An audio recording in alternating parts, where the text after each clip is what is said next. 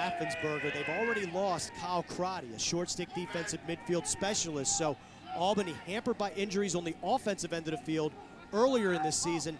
Now it looks like they're contending with some injuries on the defensive end. How will this team respond? Again, their last 5 games of the regular season, all America East Conference contests. Let's see if Mike Woods gets a long stick with Raffensperger out. They had converted Woods from a long stick defender, a pole if you will, to a short stick D-mid. Ranigan kicks it. Bolin then finds Palmer. To the inside. Cathers makes another save on Brandon Ben. Edmund Cathers bracing himself there for the hit from Bolin as the Great Danes clear. We've been stuck on 9-6 for a while. Here's Daly Baker going to the goal. Then thought better of it. McKenzie with Miles Thompson and then Caulfield. Riley peeks out. Caulfield roll dodge inside, just bouncing it wide of Bassett. The ball will belong to Albany with 5:44 to go. Beautiful inside roll by Caulfield. Look at the way he protected his stick. 6'4", did a great job of hiding it just off the mark by inches. Head coach Scott Marr says of his Great Danes, it's great for them to see this tradition. That's why he always makes sure, if he can, to schedule Johns Hopkins and Syracuse. So right now, his team's having a great time at Homewood Field. They beat the Blue Jays here in 07, the only time they've beaten them in 9 tries. Ranigan bullying his way ahead for Ben off of his cross, backed up by Castronova. He scores!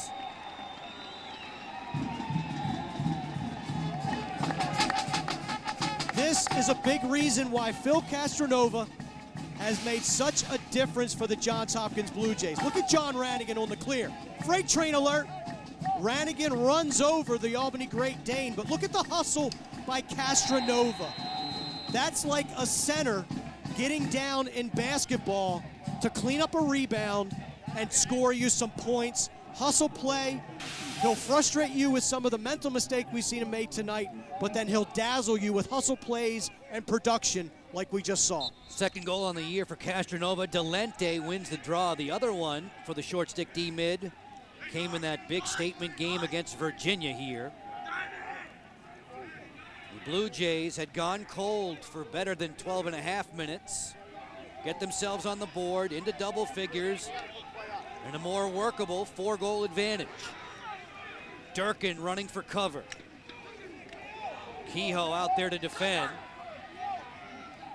Somebody has to help Durkin. It's Palmer sprinting there against Travis Lyons. Albany Great Danes need a stop. Somebody's got to create a turnover or a takeaway now. And you really can't sit back anymore if you're Albany. You're down by 4 with 4.5 left to go in the game. Hopkins, they'll play under a stall warning. They've got no problem with that. They're just going to hold the ball and just try to escape with this win and move on to the next opponent. Have a peek at the stats at the bottom of the screen. The biggest and most important one, 10-6 now for the Blue Jays. Still in possession with Coppersmith. Palmer sightseeing back behind Edmund Cathers, who's been very good, especially in the second half of this game in goal for Albany. Showing his ability, really settled down, taken out of the game by Scott Marr. Only spent about 60 seconds on the sideline, but you can see why Scott Marr is so high on him. Scott may be taking him out again. Remember, he likes to put Carroll in there when they need to double the ball late in the contest. Not just yet. Burkhart to the alley, fires one off the post. The ricochet to the sideline. Coppersmith is there.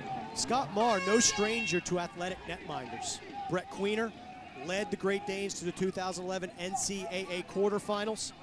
So Scott Marr really likes that option of getting an athletic netminder out of the goal to create havoc, especially when they're trailing in close games. Queener, a goalie who scored against Johns Hopkins, if I'm not mistaken. End to end, took it coast to coast, and Queener also used to play extra man offense for Scott Marr. Looking at the 2 netminders tonight, Cathers nearly a dozen stops. Pressure coming on the perimeter now from the Great Danes. Ranigan to his right, he scores! John Ranigan with some insurance. John Carroll is in the net right now for the Albany Great Danes. They sense the urgency. But this is why Albany has packed it in the second half, because Hopkins has shown the ability to run by the midfield defense of Albany. Look at the power and the strength. No slide comes on John Ranigan, and the big sophomore out of Yorktown puts away his second goal of the evening. Ranigan 3-1 against North Carolina last week. Couple goals tonight. That tally is up to 13 now on the year for the outstanding sophomore, the 19-year-old John Ranigan. The win of the draw at the X. That's Ben Smith, the grad student, the transfer from Harvard who helped out. Johns Hopkins now with a 5-goal advantage and the ball.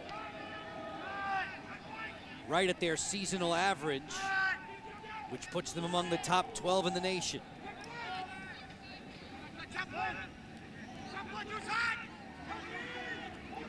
(11-6) now for the Blue Jays. Less than 3 to go in the fourth. Mark mentioning John Carroll in the nets, the more mobile of the two netminders, so when the double teams need be and the goalies need to get out and cover, Carroll more apt to do it.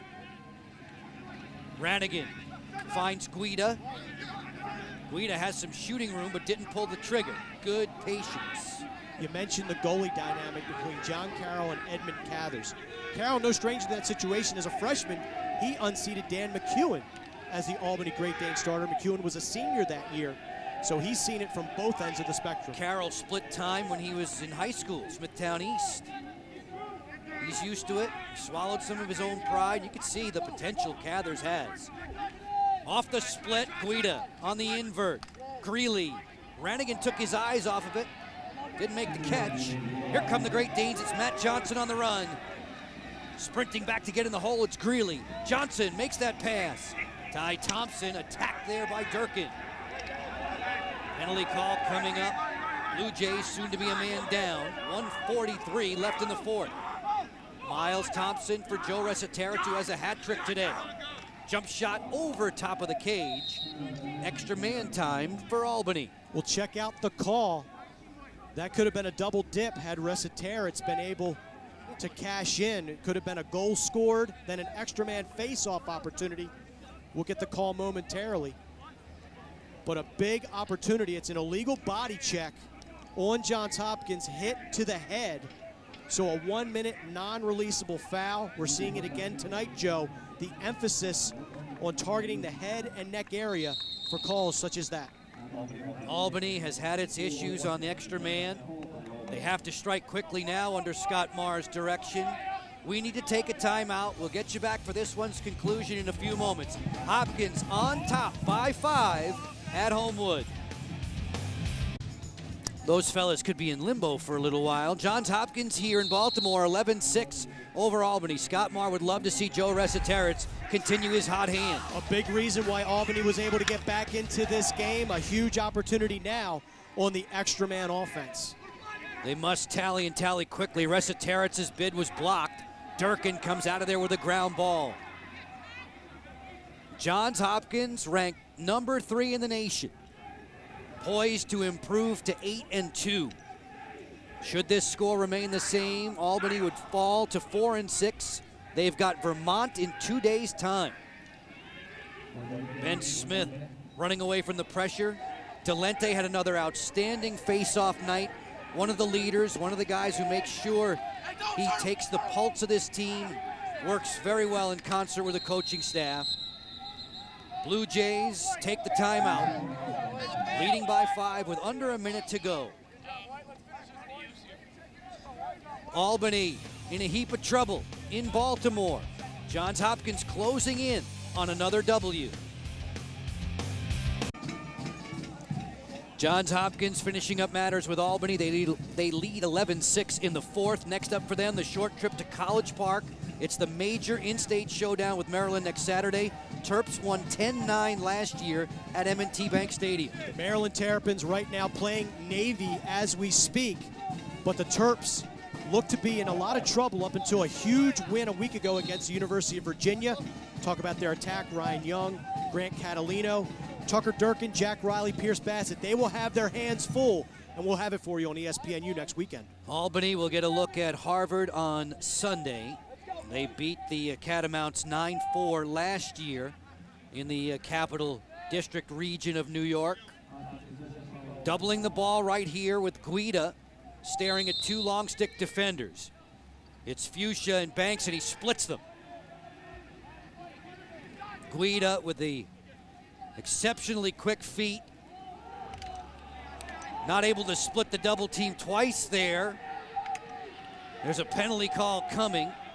Guida playing keep away to near perfection. With the ball down on the turf, we hear the whistle. Guida showing a lot of heart and toughness. He wasn't able to beat the split, but he wins the battle as he takes a check upside the head. So Hopkins will have a man advantage for up to 1 minute. Only 24 seconds left in this ball game. They'll just move the ball around and get out of here and enjoy the W. All elementary now, Mark, but credit to Albany. They battled. They were not going to be blown out in this one. They kept their wits about them when they were trailing 7-1. Scott Marr had a heart-to-heart talk with the team after the Marist loss. They responded with the upset victory over Harvard. This is a team that will scrap and claw outside of the Raffensperger injury. This team is healthy on the offensive end. Blue Jays ready for time to tick away. Down to 4 seconds left. Johns Hopkins beats Albany by the final count of 11-6. Dave Petramala gets the edge over his old college chum, Scott Marr. Hard-fought game between two teams, but it was a tale of an early lead for Johns Hopkins. They took advantage of turnovers by Albany, shot the ball well, and really put Albany down and didn't give him a chance to hang around with a lot of confidence. Blue Jays team improves to 8-2. Mark, have a glance at what's ahead for them. Huge game against Maryland. Then they play a Naval Academy team that beat the Blue Jays last season for the first time in about 35 years.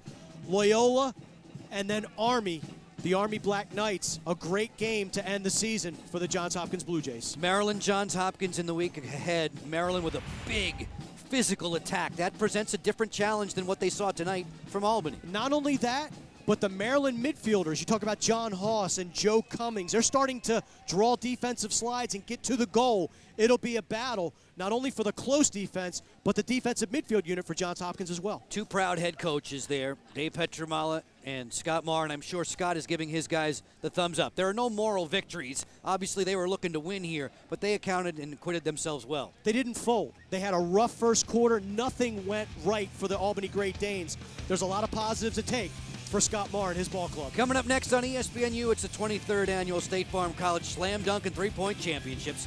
Proceeding has been an exclusive presentation of ESPN, the worldwide leader in sports. For Mark Dixon, for all the men and women in our crew, Joe Beninati, thanks for your time. Hopkins keeps on rolling at Homewood, 11-6.